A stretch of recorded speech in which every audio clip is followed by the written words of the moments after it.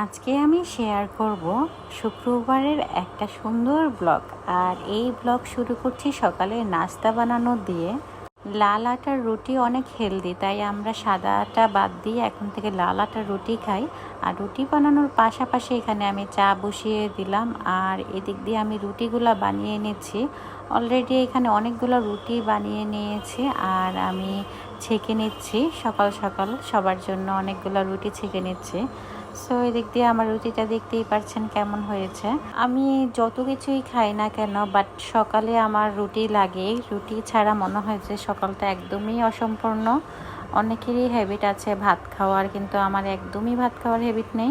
So এদিক দিয়ে আমি রুটি নিয়ে নিলাম, লাল আটার রুটি, আর সাথে একটু ঘি দিয়ে ডিম ভেজে নিলাম। আর তার সাথে এখানে মুরগির মাংস আর ঝোল নিয়ে নিয়েছি। সো এটা আমি এখন খাবো। আর এই লাল আটার সাথে কিন্তু এই দুধ চা খুবই মজা লাগে, ভিজিয়ে ভিজিয়ে খেতে একদমই নান রুটির মতো লাগে। আর সকাল সকাল আমাদের ব্রেকফাস্ট এখানে শেষ।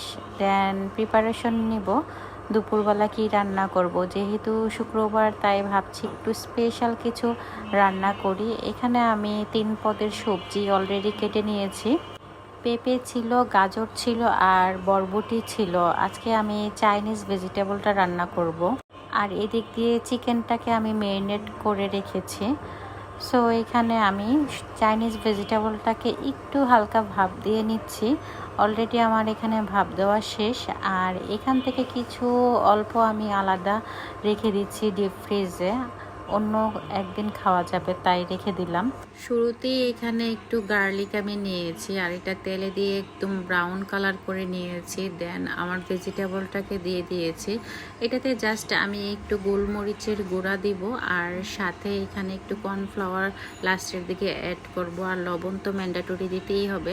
অলরেডি আমি কর্নফ্লাওয়ার এর মধ্যে দিয়ে দিচ্ছি, আর লাস্টের দিকে যখন আমি এটা নামাবো তখন তার আগে একটু ঘি দিয়ে দিব।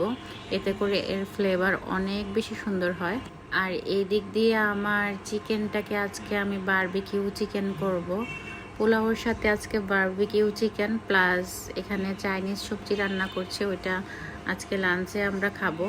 সো এই দিক দিয়ে দেখা যাচ্ছে যে আমার মিক্সড ভেজিটেবলটা অলমোস্ট ডান হয়ে গেছে।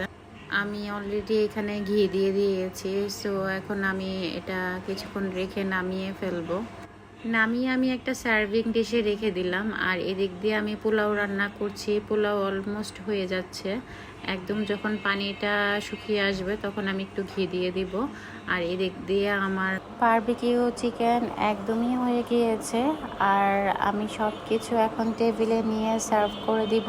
সো ফাইনালি সব কিছু টেবিলে নিয়ে আসলাম। এটা মিক্সড ভেজিটেবল ছিল, আর এখানে বারবিকিউ চিকেন ছিল, আর এখানে একটু লেমন জুস ছিল, আর সাথে এখানে পোলাও ছিল। সো সব কিছু টেবিলে আনার পরে খুবই সুন্দর লাগছে দেখতে।